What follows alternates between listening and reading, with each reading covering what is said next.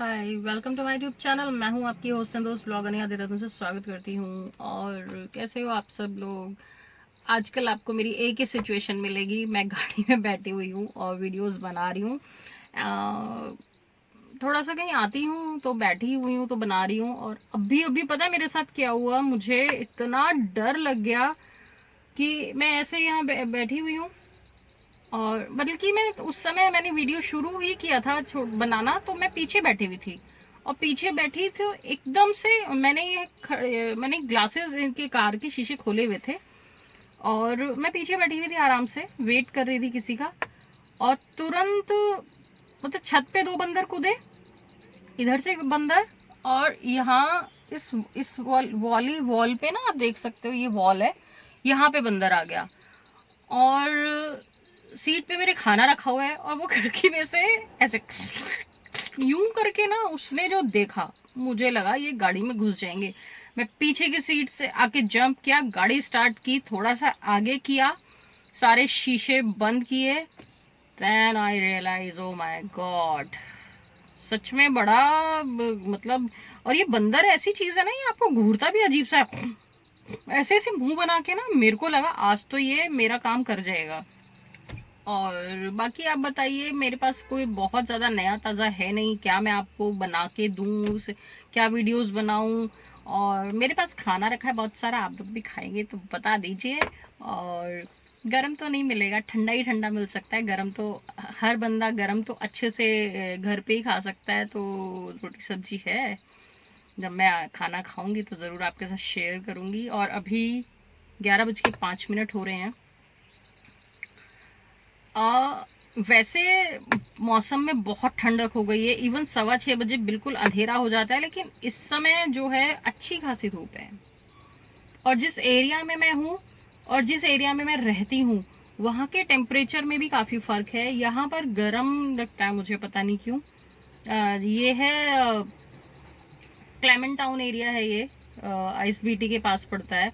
यहाँ बहुत गर्म है। और जहाँ मैं रहती हूँ वो तो अच्छा ठंडा एरिया है बहुत। मतलब आप समझिए ना कि थोड़े थोड़े से एरियाज में ही कितना ठंडक और कितनी चीजें चेंज हो जाती हैं। देहरादून का मौसम मतलब जगह जगह बदल जाता है, और बहुत प्यारा मौसम है देहरादून का सच में। और मुझे माता रानी, माता रानी, गैया मैया, मैं दर्शन कराती हूँ आपको। जय गौ माता। ये गौ माता आई है। सच में आज के समय में ना गायें, पहले तो मेरे को बिल्कुल नहीं दिखती थी, लेकिन आजकल जहां मैं रहती हूँ वहां पे बहुत सारी गायें हैं। और मैं यहाँ बैठी हुई हूँ। बाकी आप लोगों के साथ क्या बातें करनी है आप बताइए। कुछ पूछना चाहते हैं तो आप मुझसे पूछ सकते हैं। और मैंने पता नहीं क्यों कि मेरी उसमें क्या प्रॉब्लम हो गई है, मुझे नहीं पता। मैं आज सोचा कि बैठी हुई हूँ तो लाइव कर लेती हूँ। मेरा तो लाइव ऑन ही नहीं है, पता नहीं क्या चक्कर है कि।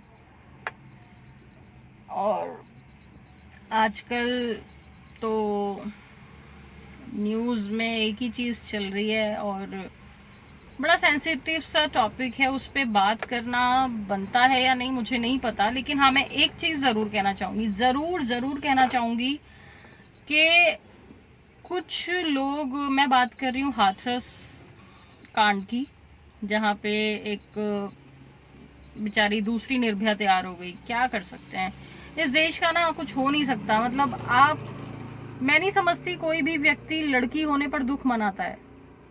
वो इन सिचुएशंस के लिए दुख मनाता है, पता है, कि यार कल को हमारी बच्ची के साथ ऐसा कुछ ना हो जाए। पता नहीं यार, ये क्या मतलब लोगों की क्या मानसिकता है, ये कहाँ से ऐसी सोच लाते हैं, स्टेट ऑफ माइंड क्या होता है, दिमाग में इतना गंद कहाँ से होता है।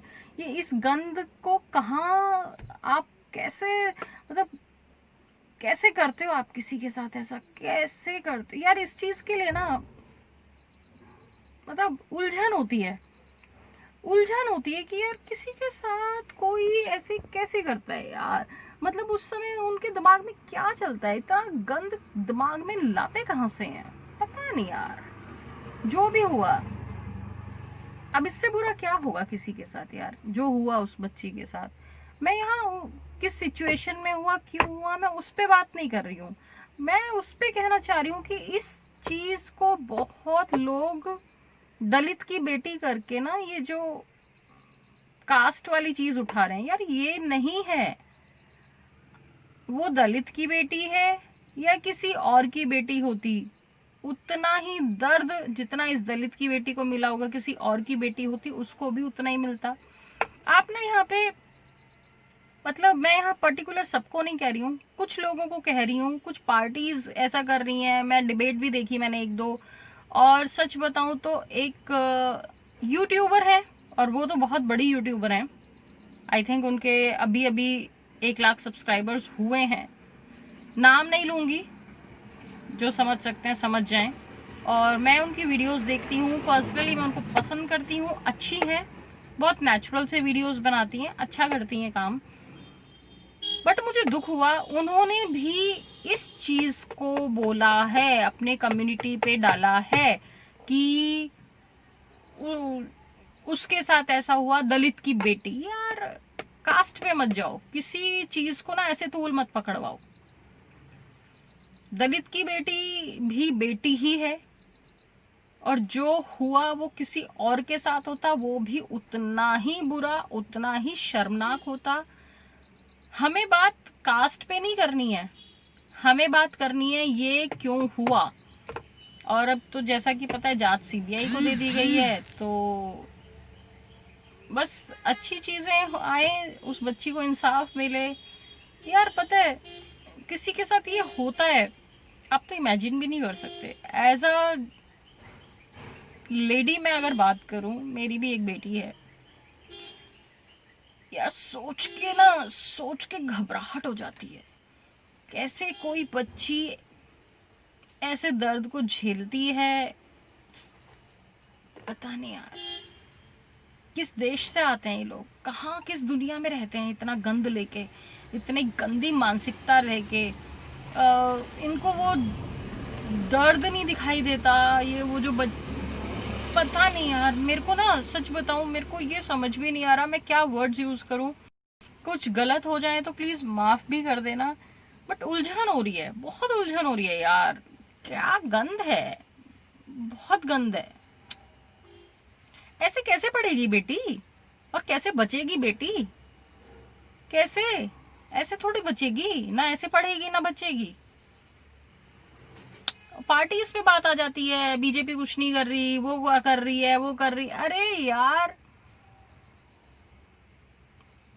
करो, कुछ करो उस बच्ची को, मतलब। और अच्छा, ये चंद लाइन नहीं रह गई हमारे लिए कि उस बच्ची को हमें इंसाफ दिलाना है, हमें ये भी तो काम करना पड़ेगा ना। इंसाफ की नौबत आई क्यों? क्या कोई बच्ची अपने घर से घूमने नहीं निकलेगी? वो तो बेचारी काम के लिए निकली थी, वो तो घास काटने गई थी बेचारी। अपने घर से निकलेगा ना बंदा, काम। लड़कियां जॉब करती हैं, लड़कियां लेट नाइट्स भी आती हैं, और किसने कहा? लड़कियां, उनकी अपनी लाइफ है, वो रात में भी आएंगी, तो मतलब एक डर के साथ कि पता नहीं क्या हो जाए। यार ऐसा एनवायरनमेंट हमको चाहिए कि हमें रात को निकलते हुए घबराहट नहीं होनी चाहिए कि यार कोई आ गया तो क्या होगा। और उस डर को महसूस ही करके आपकी हालत खराब हो जाएगी, जो किसी बच्ची के साथ हुआ होगा और हुआ है। आसान नहीं है, जिंदगी से चली गई बेचारी। तो ये मोदी जी, योगी जी, मैं आपकी बहुत बड़ी प्रशंसक हूँ, बीजेपी को बहुत पसंद करती हूँ, लेकिन आप ना जो पकड़े जाए उनको लटका दो, तो पता चलेगा इंसाफ इतनी जल्दी हो जाता है। बाकी तो भाई जब भी हम ये सोचते हैं भारत आगे जाएगा, भारत में कुछ अच्छा हो रहा है, तभी कुछ ना गंद आ जाता है। और लोगों की इस मानसिकता का करा क्या जाए। इनकी ये मतलब इनकी काउंसलिंग करके, तो बताइए इनके क्या होता है। या मेरे को ये समझ नहीं आता, जब ऐसा कोई करता है, इनके दिमाग में क्या है, इनका दिमाग में होता क्या है एक्चुअल में। मन ऐसा करता ना यार, छोड़ो यार, कुछ नहीं है, कुछ नहीं होगा इस देश का।